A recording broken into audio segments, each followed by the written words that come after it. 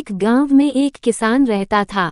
वो रोज सुबह झरनों से साफ पानी लाने के लिए 2 बड़े घड़े ले जाता था, जिन्हें वह डंडे में बांधकर अपने कंधे पर दोनों ओर लटका लेता था।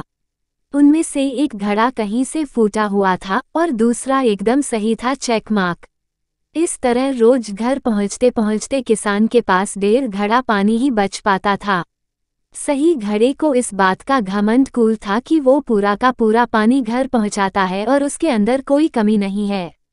दूसरी तरफ फूटा घड़ा इस बात से शर्मिंदा व्यरी रहता था कि वो आधा पानी ही घर तक पहुंचा पाता है और किसान की मेहनत बेकार जाती है। क्राइंग फूटा घड़ा ये सब सोचकर बहुत परेशान रहने लगा और एक दिन उससे रहा नहीं गया।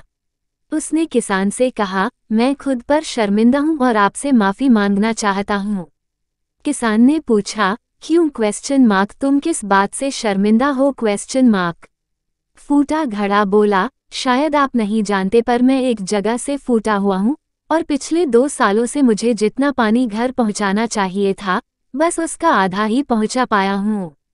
मेरे अंदर ये बहुत बड़ी कमी है और इस वजह से आपकी मेहनत बर्बाद होती रही है। पेंसिव फेस किसान को घड़े की बात सुनकर थोड़ा दुख हुआ और वह बोला, कोई बात नहीं, मैं चाहता हूँ कि आज लौटते वक्त तुम रास्ते में पड़ने वाले सुंदर फूलों को देखो। घड़े ने वैसा ही किया। वह रास्ते भर सुंदर फूलों को देखता आया। स्माइलिंग फेस ऐसा करने से उसकी उदासी कुछ दूर हुई, पर घर पहुँचते पहुँचते फिर उसके अंदर से आधा पानी गिर चुका था।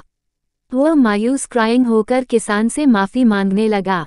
किसान बोला, शायद तुमने ध्यान नहीं दिया, पूरे रास्ते में जितने भी फूल थे वो बस तुम्हारी तरफ ही थे। सही घड़े की तरफ एक भी फूल नहीं था।